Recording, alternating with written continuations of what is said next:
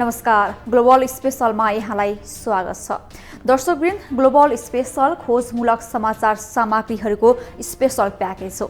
हामी जनसरोकारका हरेक विषयको गहिरो अध्ययन गर्दै सत्य तथ्यलाई उजागर गर्ने प्रयास गर्दछौँ। सत्य तथ्य र निष्पक्ष समाचारको प्याकेज दिने हाम्रो प्रयास निरन्तर जारी छ। दर्शकवृन्द, प्रधान न्यायाधीश चोलेन्द्र शमशेर राणा विरुद्ध सत्ता गठबन्धनमा रहेका 3 दलले महाअभियोगको प्रस्ताव दर्ता गराएपछि राजनीति अहिले तरङ्गित बनेको छ। राणाको राजीनामा माग्दै नेपाल बार एसोसिएसनले 107 दिनदेखि निरन्तर आन्दोलन गर्दै आएका बेला सत्तारूढ दलका सांसदहरूले महाअभियोग प्रस्ताव दर्ता गराएपछि अब के होला भन्ने चासो बढेको छ। आज हामी सर्वोच्च अदालतका प्रधान न्यायाधीश चोलेन्द्र शमशेर राणा विरुद्ध संसदमा दर्ता भएको महाअभियोग र त्यसपछि तरङ्गित बनेको राजनीतिका बारेमा चर्चा गर्दैछौँ। तत्कालीन केपी ओली नेतृत्वको सरकारले दुई पटकसम्म गरेको प्रतिनिधि सभाको विघटन प्रधान न्यायाधीश राणाकै नेतृत्वको संवैधानिक इजलासले खारिज गरिदिएको थियो। त्यसबाहेक अहिलेको सरकार गठनमा समेत प्रधान न्यायाधीश राणा नेतृत्वकै संवैधानिक इजलासको भूमिका रहेको छ। राणा नेतृत्वकै इजलासले काङ्ग्रेस सभापति शेरबहादुर देउवालाई प्रधानमन्त्री बनाउन परमादेश जारी गरेको थियो। त्यही परमादेशकै कारण तत्कालीन प्रधानमन्त्री केपी शर्मा ओलीको बालकोट यात्रा सुरु भएको थियो। तर अहिले भने प्रधान न्यायाधीश राणा विरुद्धको महाअभियोग पारित गर्न सहयोग नगर्ने एमाले रणनीति अघि सारेको छ।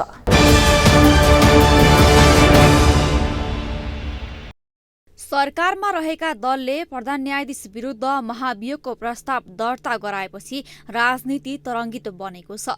संवैधानिक व्यवस्था अनुसार महाभियोग दर्ता गर्न 1/4 सांसदको संख्या भए पुग्छ, तर पारित गर्न भने 2/3 मत आवश्यक पर्छ। अहिले सरकारसँग रहेका सांसदहरूको संख्या भने बहुमत मात्रै हो।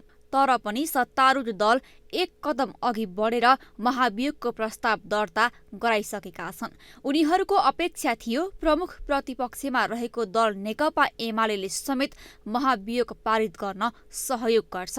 तर परिस्थिति ठिक उल्टो बनिदिएको छ।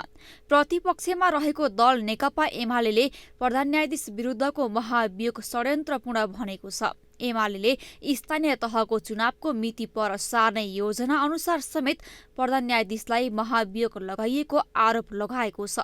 एमाले महाभियोगको प्रतिवाद गर्ने निर्णय समेत गरेको छ। यो अदालतमाथिको प्रहार मात्रै होइन, सिङ्गो लोकतन्त्रमाथिको प्रहार, सङ्घीय लोकतान्त्रिक गणतन्त्रमाथिको प्रहार र नेपाली जनताको सार्वभौम सत्तामाथिको प्रहारका रूपमा हामीले यसलाई लिएका छौँ। र यो भर्खरै हाम्रो पार्टी लगायत जनताको दबावद्वारा तय गरेको स्थानीय तहको निर्वाचनलाई धकेल्ने प्रयास र षड्यन्त्र अन्तर्गत पनि यो कदम आएको हुनसक्छ। र यो कदम नेपालमा सत्तापक्ष र प्रतिपक्षका बीचमा लामो समयको अन्तराल पछाडि जुन प्रकारको संवादको प्रक्रिया थालनी हुँदै गरेको थियो, त्यसलाई बिथोल्ने षड्यन्त्रका रूपमा पनि यो कदम अगाडि आएको हामीले अनुमान गरेका छौँ। प्रधान न्यायाधीश चोलेन्द्र शमशेर राणालाई महाभियोग लगाउन माग गर्दै नेपाल बार एसोसिएसनले 100 दिनदेखि आन्दोलन गर्दै आएको थियो। सरकारमा रहेको र विपक्षमा रहेको दल नेकपा एमालेका शीर्ष नेताहरूलाई समेत नेपाल बारले महाभियोग लगाउन माग गर्दै ज्ञापन पत्र समेत बुझाएको थियो। सत्तारूढ दल महाभियोग लगाउने पक्षमा केही सकारात्मक देखिएको भए पनि प्रमुख प्रतिपक्षमा रहेको दल नेकपा एमाले भने महाभियोगको पक्षमा थिएन। तर एमालेको चाहना विपरीत सत्तारूढ दलले प्रधान न्यायाधीश विरुद्ध महाभियोगको प्रस्ताव दर्ता भइसकेको छ र प्रधान न्यायाधीश राणा स्वत निलम्बनमा परेका छन्। आइतबार बिहान झण्डावाल गाडी चढेर सर्वोच्च अदालत पुगेका प्रधान न्यायाधीश राणा आइतबार दिउँसो भने झण्डा लुकाएर अदालतबाट बाहिरिएका हुन्। एमाले यसअघि प्रधान न्यायाधीश विरुद्ध महाभियोगको प्रस्ताव दर्ता भए संसद पुनर्स्थापना गर्ने फैसला गर्ने अन्य 4 जना न्यायाधीशहरूलाई समेत एमाले महाभियोग लगाउने चेतावनी दिँदै आएको थियो। तर सोमबार बसेको एमाले संसदीय दलको बैठकमा भने एमाले अध्यक्ष केपी शर्मा ओलीले अन्य न्यायाधीशहरूलाई महाभियोग नलगाउने संकेत गरेका छन्। तर एमाले सबै सांसदहरूको हस्ताक्षर भने संकलन गरेको छ। एमालेका सांसदहरूले सभामुख विरुद्ध भने महाभियोग लगाउन सक्ने विषयमा छलफल भएको बताएका छन्। एमाले गर्ने निर्णयले राजनीति थप तरङ्गित हुन सक्ने समेत देखिएको छ। एमाले संसदीय दलको बैठकले न्यायाधीशहरू र सभामुखलाई महाभियोग नलगाउने निर्णय समेत गरेको छ। तर के गर्ने भन्ने निर्णय गर्ने अधिकार भने पार्टी नेतृत्वलाई दिने निर्णय एमाले गरेको छ। हिजो मात्रै प्रतिनिधि सभामा दर्ता भएको महाभियोगको प्रस्ताव जो सम्माननीय प्रधान न्यायाधीशका विरुद्धमा थियो, अहिलेको गठबन्धनले दर्ता गरेको त्यो प्रस्तावलाई कसरी हेर्ने र दोस्रो कुरो एमसिसीको सन्दर्भमा नेकपा एमाले कसरी जाने भन्ने उहाँहरूको जिज्ञासा थियो। त्यो जिज्ञासाको जवाफ दिँदै र समसामयिक राजनीतिक परिस्थितिको बारेमा कुरा गर्दै हाम्रो पार्टीका अध्यक्षले विशेषतः 4-5 वटा महत्त्वपूर्ण कुराहरू त्यहाँ अगाडि सार्नु भएको थियो। प्रधान न्यायाधीश राणा विरुद्ध महाभियोग लागेको यो नै पहिलो घटना भने होइन। 5 वर्ष अघि समेत स्थानीय तहको चुनावको मिति घोषणा भएकै समयमा तत्कालीन प्रधान न्यायाधीश सुशीला कार्की विरुद्ध समेत महाभियोगको प्रस्ताव दर्ता भएको थियो। तर अहिलेकै प्रधान न्यायाधीश चोलेन्द्र शमशेर राणाले कार्की माथिको महाभियोगको प्रक्रिया गलत रहेको आदेश गरेका थिए। अहिले राणामाथि नै महाभियोगको प्रस्ताव दर्ता हुँदा अदालतकै अन्य न्यायाधीशहरू भने राणाका पक्षमा देखिएका छैनन्। राणाले तोक्ने पेशी समेत बहिष्कार गरेका थिए। अदालतमा समेत एक्लो देखिएका राणाको बहिगमनले सर्वोच्च अदालत अब सुचारू हुने अपेक्षा समेत गरिएको छ। राणाको बहिगमनपछि सर्वोच्च अदालतमा पहिलो पटक फुलकोटको बैठक समेत बसेको छ। राणाको बहिगमनले सर्वोच्च अदालतमा देखिएको समस्या समाधान हुने बाटोमा त देखिएको छ। तर अब सिर्जना हुने राजनीतिक परिस्थितिले भने नेपाली राजनीतिको दिशा निर्देशन गर्ने देखिएको छ।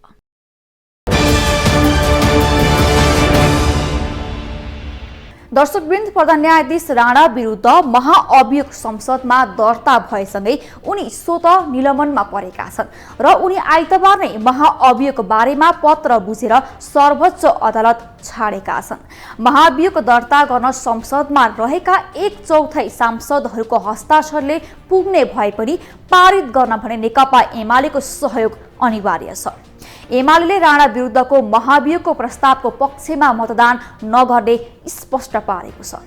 एमाले महाभियोगको पक्षमा मतदान नगर्ने सत्तारूढ दलका नेताहरूलाई थाहा नभएको भने होइन, तर पनि पारित हुन नसक्ने महाभियोगमा सत्तारूढ दल अघि बढेका छन्। त्यसको पछाडिको कारण के होला भनेर अहिले नै भन्न सकिने अवस्था त छैन।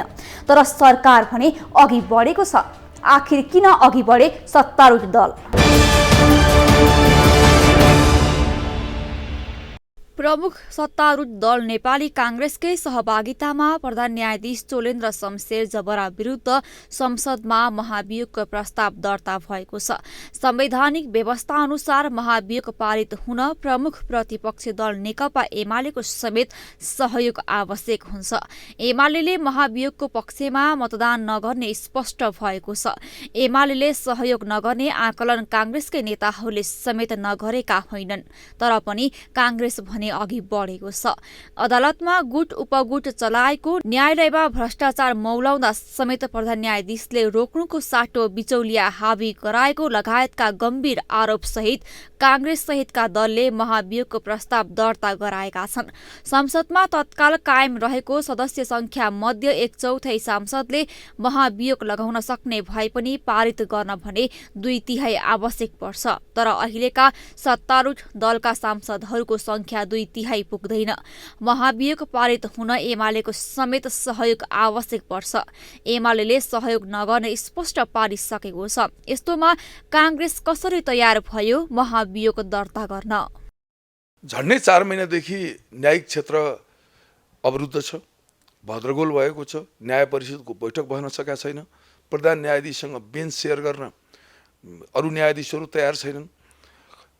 बारको आन्दोलन जारी छ।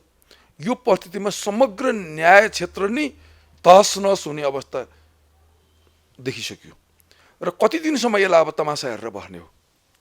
यसलाई बारम्बार प्रधानमन्त्रीले भन्नुभयो प्रधान न्यायाधीशलाई, तपाईँ निकाह दिनुहोस् या त बार र बेन्चलाई मनाउनुहोस् या त तपाईँले बहिर्गमनको बाटो रोज्नुहोस् भनेर प्रधानमन्त्रीले बारम्बार भन्नुभयो। तर उहाँले दुईटै कुरा गर्नु भएन र अब कति दिनसम्म उहाँ एक व्यक्तिको कारणबाट न्यायिक क्षेत्रलाई तहस नहस गर्ने हो भन्ने सरकारको यो समस्याको कारणले सरकारले महाभियोगको प्रस्ताव दर्ता गर्यो।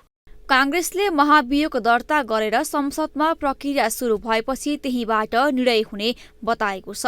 कुन दलले सहयोग गर्छ वा गर्दैन भन्दा पनि अदालतमा देखिएको अराजकता अन्त्य गर्नका लागि महाभियोगको प्रस्ताव दर्ता गराएको कांग्रेसका नेताहरूले बताएका छन्। कांग्रेसले महाभियोग अनिवार्य आवश्यकताका रूपमा लिएको देखिएको छ। अडचन र अवरोध जुन न्याय प्रक्रियामा देखिएको छ त्यसको बाटो खुल्नुपर्छ भन्ने मनसायबाट यो अगाडि प्रस्ताव गएको भन्ने जानकारी आएको छ। त्यस विषयमा अरू थप डिटेल छलफल पार्टीभित्र भइसकेका छैन, फेरि अर्को बैठकमा होला। नेपाली कांग्रेसले प्रधान न्यायाधीश विरुद्ध महाभियोगको प्रस्ताव दर्ता गराएपछि एमाले प्रतिवाद गर्ने निर्णय गरेको छ। सत्तारूढ दलभित्र एमसीसी पारित गर्ने विषयमा सहमति कायम हुन नसकेका बेला महाभियोगका विषयमा भने गठबन्धनमा रहेका दलहरू एकमत भएका छन्। महाभियोगका बारेमा एकमत भएका सत्तारूढ दलका नेताहरू एमसीसी पारित गर्न समेत एक ठाउँमा आउने देखिएको छ। तर कानूनविदहरू भने प्रधान न्यायाधीश विरुद्धको महाभियोगले उनीहरूलाई नै समस्या पार्न सक्ने बताएका छन्। पारित गर्न एमालेको सहयोग चाहिने, तर एमाले सहयोग नगर्ने नीति लिएका कारण सत्ता गठबन्धनमै समस्या आउन सक्ने कानूनविदहरूको धारणा छ। अब आफैले अनुमोदन गरेर पठाएको व्यक्ति वा पदलाई चाहिँ उसले फेरि आफैले महाभियोग लाउनु पर्ने भन्ने सकेपछि त कस्ता व्यक्तिले चाहिँ उसले अनुमोदन गरेर पठाउँदो रहेछ भन्ने प्रश्न आउने भयो हुनाले मलाई लाग्छ नेपाली समाजले, एउटा विश्लेषकले वा आम नागरिकले गर्नुपर्ने गम्भीर प्रश्न र जवाफ दिनुपर्ने नेपालका दल र संसद के हो भने कि तिनै घटनाहरूमा अहिलेको यो प्रधान न्यायाधीश सोलेन्द्र समेतलाई जोड्दाखेरि तिनटै घटनामा यो तिनटै पात्रलाई अहिलेका दल र अहिलेको संसदले चाहिँ अनुमोदन गरेर नियुक्ति गरेको थियो। आफैले अनुमोदन गरेकोमा चाहिँ उसले आफैले चाहिँ फेरि महाभियोगबाट चाहिँ हटाउनु पर्ने अवस्था आयो। सत्तारूढ दलका कतिपय नेताहरू भने महाभियोग पारित भए पनि नभए पनि अब निलम्बनमा परेका प्रधान न्यायाधीश राणा सर्वोच्च फर्कने सम्भावना भने नरहेको बताउने गरेका छन्। उनीहरूले राणाको सम्पत्ति समेत छानबिन गर्ने सरकारको तयारी रहेको बताएका छन्। तर सरकारले भने यो बारेमा थप विवरण सार्वजनिक गरेको छैन। महाभियोग दर्ता भएपछि सभामुख अग्नि सापकोटाले सर्वदलीय बैठक बोलाएका छन्। तर यस अघिकै जस्तो एमाले सर्वदलीय बैठक बहिष्कार गरेको छ। एमालेको बहिष्कारका बीचमा बसेको सर्वदलीय बैठकले एमसीसी महाभियोगका बारेमा छलफल गरेको छ। सत्ता गठबन्धनमा रहेका दलहरूका बीचमा प्रधान न्यायाधीशलाई महाभियोग लगाउने र एमसीसी संसदमा टेबल गर्ने विषयमा सहमति गरेको समेत जनाइएको छ।